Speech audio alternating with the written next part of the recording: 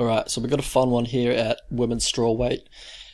So Liviana Souza, Brazilian gangster, versus Amanda Lemos.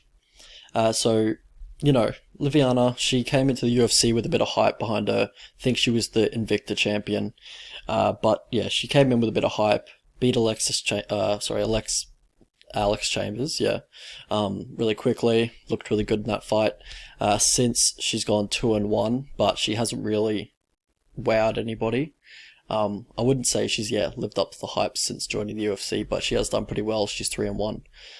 But yeah. So Amanda Lemos, she'll probably be the bigger fighter in this one. She's got a 1-inch height advantage, 2-inch reach advantage.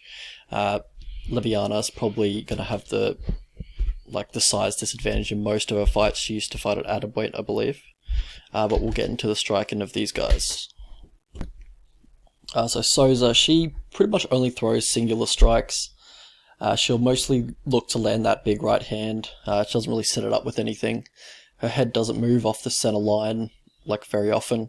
And Amanda Lemos, you saw in her last fight, she'll spam those left and right hooks just in the pocket, just really quick, rapid fire, bam, bam, bam, bam, bam. And that's something Souza needs to watch out for, because she doesn't move that head at all. I can definitely see her getting marked up a bit on the feet in this fight. But yeah, Amanda Lemos, she isn't, perfect on the feet as well. She leaves her chin in the air when she's throwing these combinations. She stands very tall, but also, she leaves that chin in the air. It hasn't burned her too much in her UFC career so far, because she has more firepower than most of her opponents so she's able to thrive in that chaos in the clinch and when she's exchanging with her opponents. But yeah, so Souza, she does have that inside low kick when she's versing southpaws.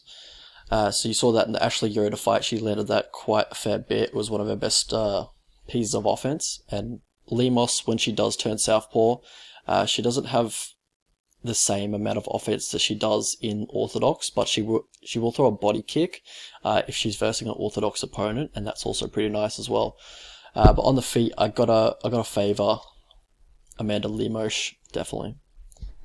On the ground, on the mat, or in the grappling exchanges, Souza will step in for an inside leg trip. She's obviously got that judo background. She'll turn that leg trip into a driving double leg.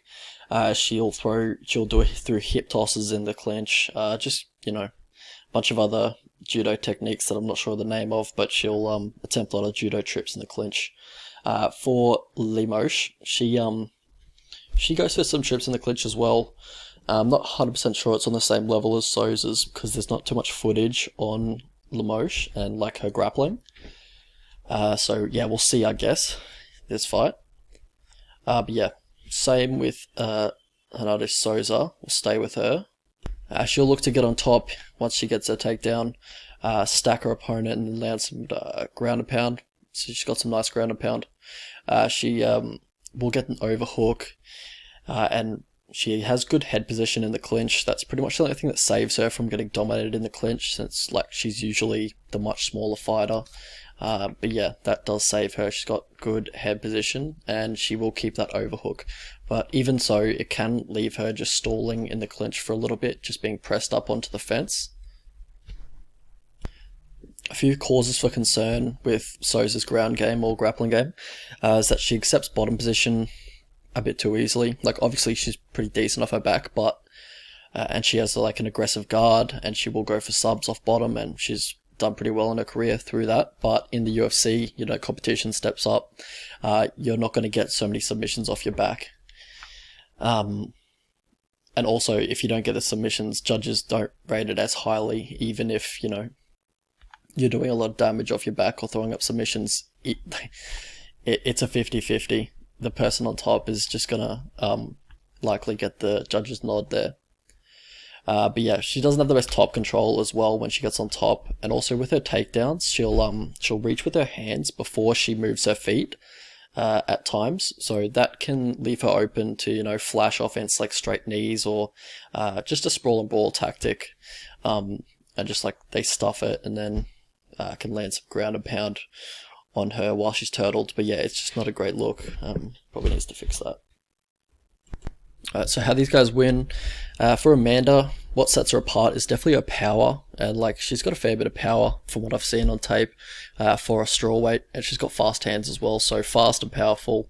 It's a deadly combination at this weight class. For Brazilian Gangster, we've already talked about it. She has good ground and pound. She is also very aggressive off her back. How these guys lose. We'll stick with Livinha Souza. So she kind of freezes when she gets hit. Like Van Buren was hitting her with like 2, 3, 4, 5, 6 punch combos. And I can just see Lemos doing the same because, yeah, she chained like a 5, 6 hook combo against Mizuki on the fence. And that was because Mizuki was just there to be hit. And Livinha Souza will definitely be there to be hit as well. She'll also back up into a straight line onto the fence.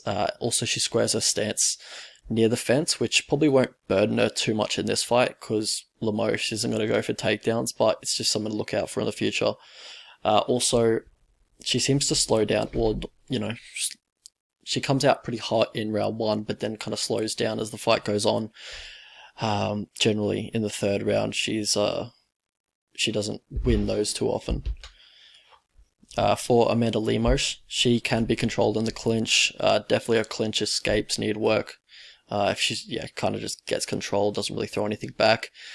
She seems to gas when she's pressured really hard, like really high pace. The only thing I'm going off here, though, is the Leslie Smith fight, but, you know, it was a round and a half, and she seemed to have nothing left after just trying to keep Leslie Smith at bay, but Leslie Smith kept, enforcing her game plan on her. Path to victory for these guys, will stay with Amanda Lemos, so, yeah, pop that jab out just to keep distance, keep her at bay. Start landing those, multiple punch combos just because she's there to be hit. Also, basic tactic is just the sprawl and brawl she's going to be shooting. Just look to sprawl, look to keep it on the feet. Work the body as well, as she tends to slow down. Leg kicks as well. She doesn't seem to check leg kicks very often, so something to look out for. And throw offense just to get away from the fence. So, if you're going to get caught near the fence, just start throwing some offense, just try to keep her at bay and then use your footwork to get out of there. For Souza, what I would like to see her do is the forward pressure onto the fence and just try and clinch up from there, work your judo trips after that. Also, at range, just looking to land those leg kicks since, Lemos stands so tall, but then you're going to be in Lemos's range, so you just got to be careful of that. I really like to see her get into the clinch and try and take Lemos down. All in all, though, I expect this will be an entertaining fight. I expect to see some Brazil violence in this one. I think Lemos will definitely be landing more, probably the harder shots as well at distance. I see her hurting Livinha pretty bad on the feet, to be honest. Livinha is tough though, so Lemos may not get her out of there. But on the feet, I think it's going to get pretty ugly. On the mat, though, I haven't seen enough of Lemos's ground game to make a confident assessment there. But for the most part, I think she'll be able to, kind of squash Souza's attacks and just kind of nullify her ground game. As you could probably predict, my prediction is Lemos by decision. I think Souza will be tough enough to endure it for 3 rounds.